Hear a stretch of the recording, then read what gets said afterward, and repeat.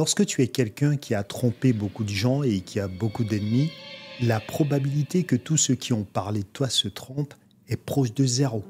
C'est exactement ce que je pense de Didi. Souvenez-vous, il y a quelques mois, j'avais fait une vidéo sur l'affaire Cassie. Elle avait porté plainte au tribunal pour des faits assez graves. On parlait comme ça de consommation de VIOL, de violence physique, de trafic, de port d'armes, de chantage, etc. Et aujourd'hui, on apprend que les 2 résidences du Nabab ont été simultanément perquisitionnées par le FBI. Nous allons en parler dans cette vidéo, mais avant d'aller de l'avant, vous connaissez déjà la combine. On active la cloche de notification, on lâche un like, on commente et on partage pour que d'autres personnes découvrent notre page. Maintenant que c'est dit, on y va.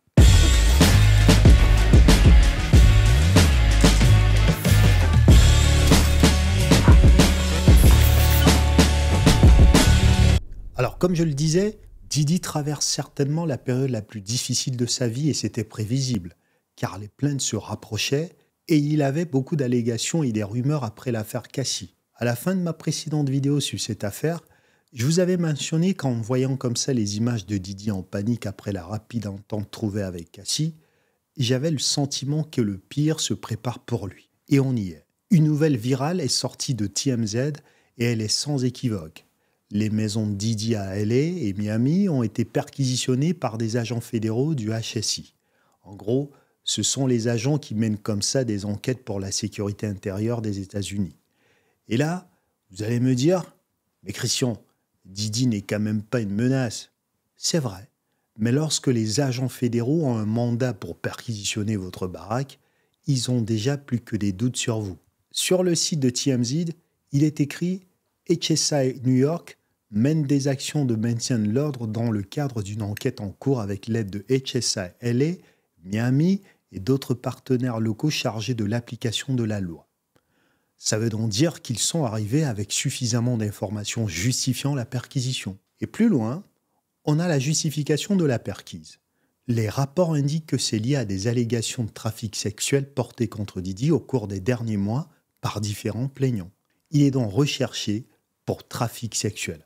Autant vous dire que c'est du lourd. Et dans les images qui circulent, on voit les enfants de Didi, Justin Combs et King Combs, qui sont menottés. Ce sont des images humiliantes qui servent aussi à envoyer un message fort à Didi. Et ça, c'est un tournant dans le parcours brumeux et successful de Didi. Il y a des cadavres sous la flotte. Et l'odeur nauséabonde qui se dégage prépare possiblement la découverte de tous ces cadavres. Je trouve d'ailleurs navrant qu'un père de famille disparaisse ainsi tandis que ses enfants sont dans une situation inconfortable comme celle-là. Et je peux vous dire que de nombreuses célébrités vont commencer à se serrer les miches. Les fédéraux recherchent donc des évidences pour porter des accusations définitives sur Didi. C'est pour cela qu'ils ont débarqué simultanément dans ces 2 résidences. Au niveau médiatique, le coup porté en termes d'image laissera bien sûr des hématomes car ce qui lui arrive n'est pas du tout beau à voir. En termes de business, n'en parlons pas. Je vois mal comment les compagnies vont vouloir s'associer à lui à une époque où votre image médiatique doit se tenir loin des accusations aussi sombres. On se rappelle par exemple des images que TMZ avait obtenues dans lesquelles on voyait Didi complètement abattu et désespéré à la suite du règlement éclair des accusations soulevées par Cassie. Et la raison pour laquelle je pense que c'est fini pour Didi, c'est que les feds ne débarquent jamais chez vous s'ils ne pensent pas que vous avez enfreint la loi. Surtout lorsque cette personne est une célébrité. Et Didi, c'est pas n'importe qui dans le monde du divertissement. Ce gars a littéralement changé la dynamique du rap. Et il a fait la pluie et le beau temps. Il a fait des carrières, mais il a aussi défait des carrières. Booba à côté, c'est un embryon. Et lorsqu'on arrive à ce niveau, on a des connexions tellement puissantes que les feds ne tombent pas sur vos codes sans preuve pertinente. Les avocats de Didi doivent donc désormais travailler jour et nuit car les fédéraux sont à la porte. Ils viennent par surprise pour trouver quelque chose à croquer qu'ils soupçonnent que l'accusé cache. Bref, on n'en sait rien. Mais lorsqu'on déplace comme ça des hélicoptères, des bateaux, beaucoup de policiers sur le terrain, de gros moyens, ce n'est pas pour jouer à la belote. On sait par exemple que Didi faisait des soirées dans ses résidences dans lesquelles il invitait des tas de gonzesses et ce genre de baraques sont truffées de caméras. il est donc certain que les Feds voulaient récupérer des pièces à conviction. On a appris par exemple il y a quelque temps qu'il droguait et se servait des Danny Chicken comme un proxo se sert de ses catins. Bref, des histoires assez glauques et indignes de ce qu'on appelle un homme de haute valeur. D'ailleurs, c'est l'occasion de rappeler à certaines personnes qui pensent que les valeurs de quelqu'un se trouvent comme ça dans les valeurs sonnantes et trébuchantes. Eh bien non les guys, les valeurs de quelqu'un se trouvent d'abord dans son caractère. Et nous avons un homme ici qui a été pris dans le tourbillon de l'argent et du pouvoir au point d'en abuser.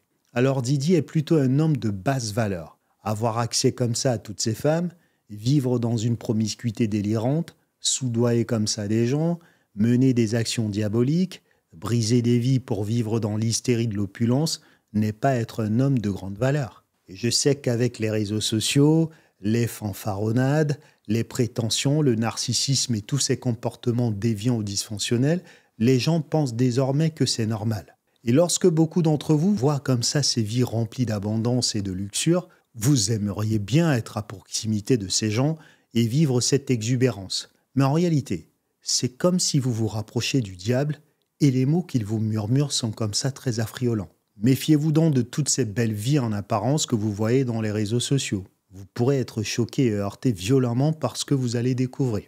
Et une chose qui est quand même assez marrante, c'est que récemment, Didi a pourtant sorti un album intitulé « L'album de l'amour ». J'avoue qu'en mettant en parallèle comme ça ces histoires glauques avec son ode à l'amour, je suis plié de rire. On a appris récemment que pour cet album, il a travaillé avec un dénommé Rodney Jones, qui a déclaré que Didi ne l'a pas du tout rémunéré pour sa production musicale. Et pourtant, on parlait d'amour. Une fois l'album terminé, on ne parle plus d'amour ou bien c'est quoi le truc en fait? D'autre part, on apprend aussi que Didi l'a forcé à ramener des filles de joie dans ses soirées. Il le forçait à servir de l'alcool comme ça en mélangeant celui-ci avec de la drogue aux invités. Et ce n'est pas non plus tout.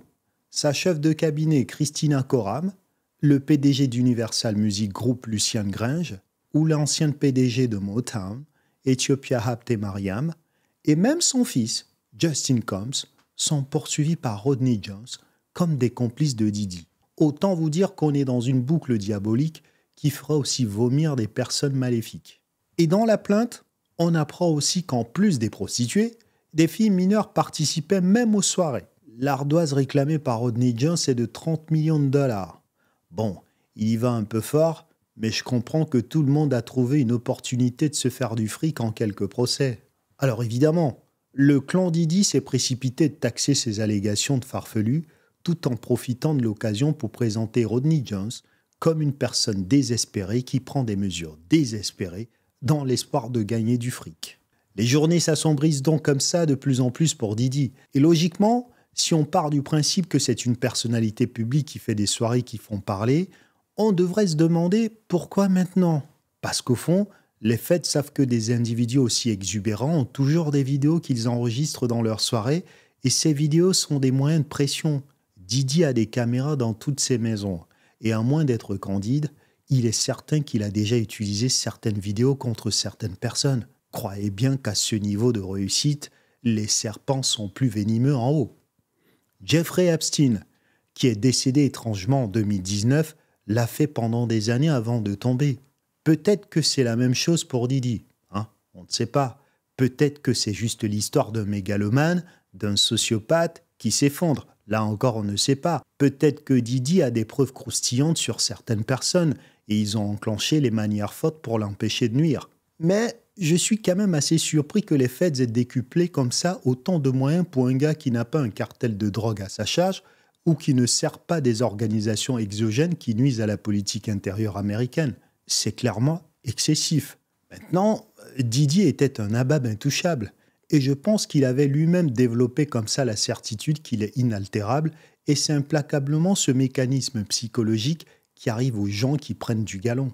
Plus ils s'en sortent, plus ils prennent confiance, et plus ils sont imprudents et deviennent complètement arrogants. Le résultat final, c'est qu'à force de s'en sortir, ils finissent par accumuler des ennemis de plus en plus importants. Mais est-ce que Didi est une personne très dangereuse pour qu'on déploie cette batterie d'agents? Je me pose la question.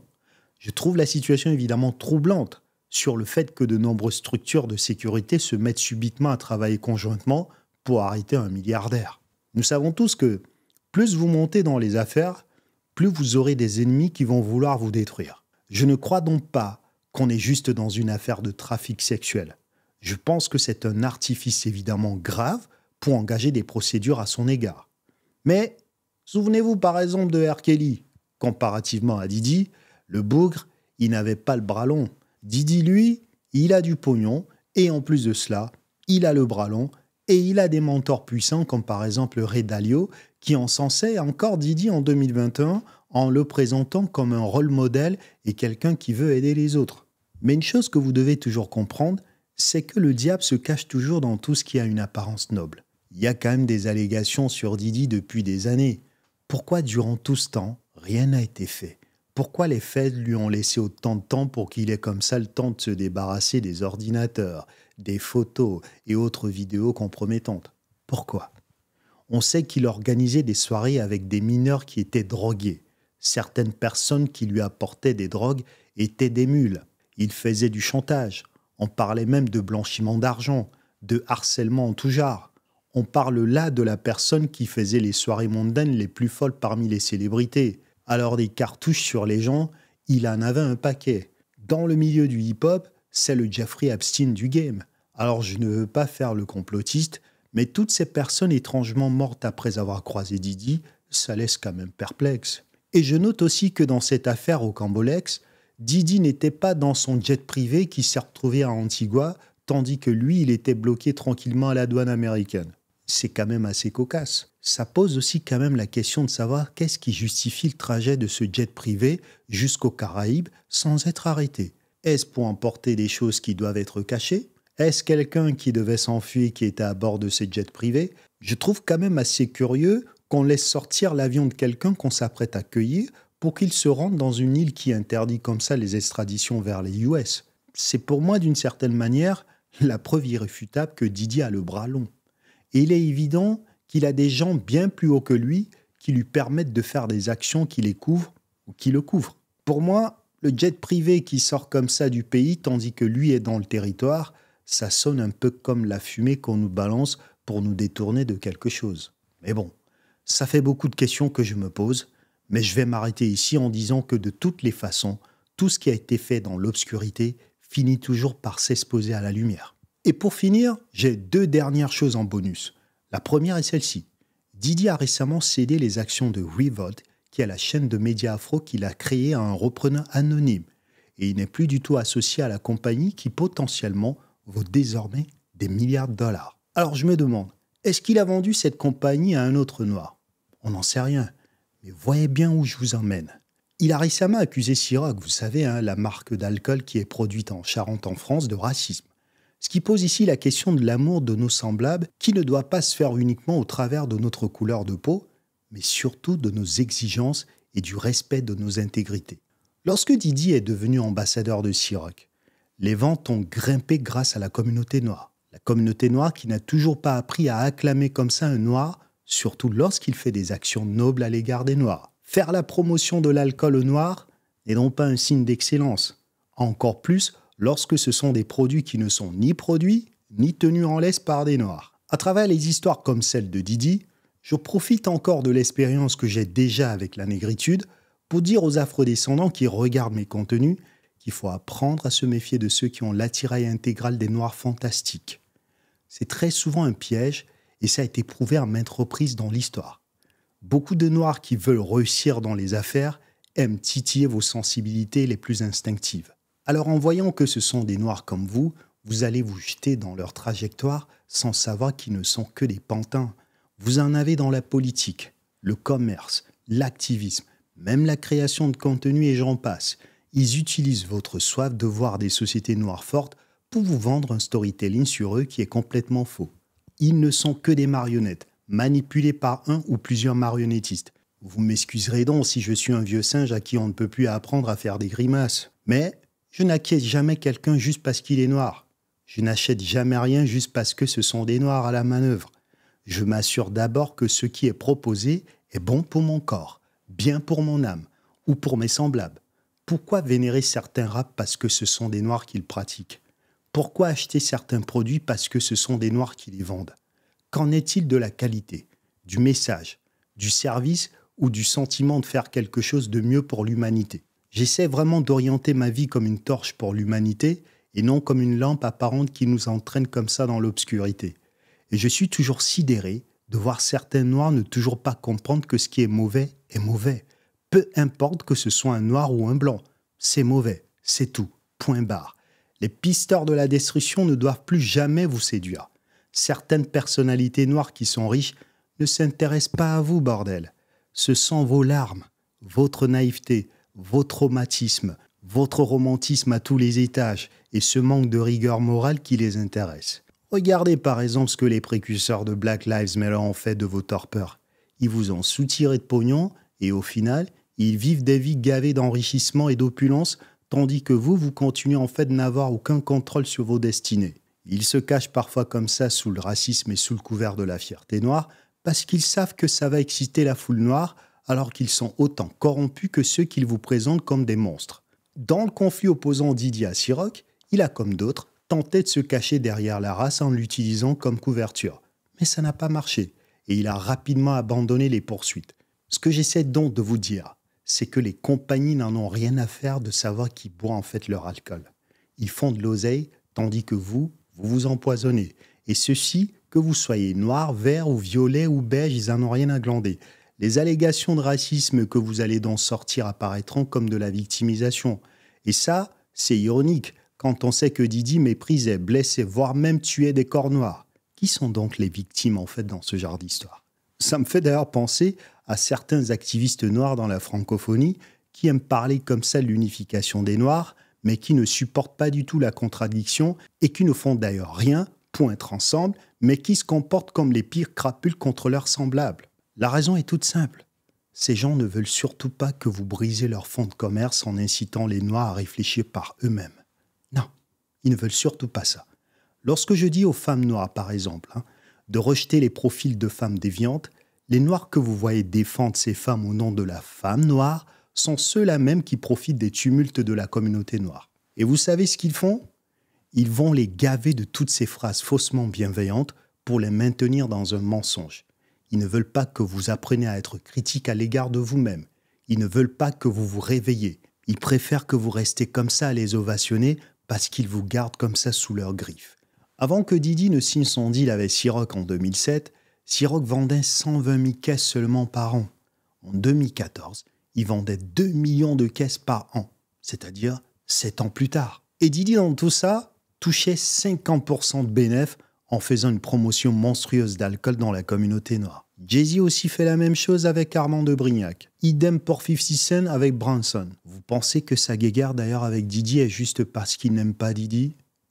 Il s'agit donc aussi de détruire la concurrence et de prendre des parts de marché ou d'acheter la concurrence. Et sur ce genre de choses, on a des Noirs qui savent y faire. On a donc quelqu'un qui est en train de perdre dans la plantation et de l'autre côté, on a des foules noires qui veulent s'en émanciper en acceptant la reproduction des mêmes comportements promus dans la plantation qu'ils veulent pourtant quitter. C'est incroyable. Je t'explique.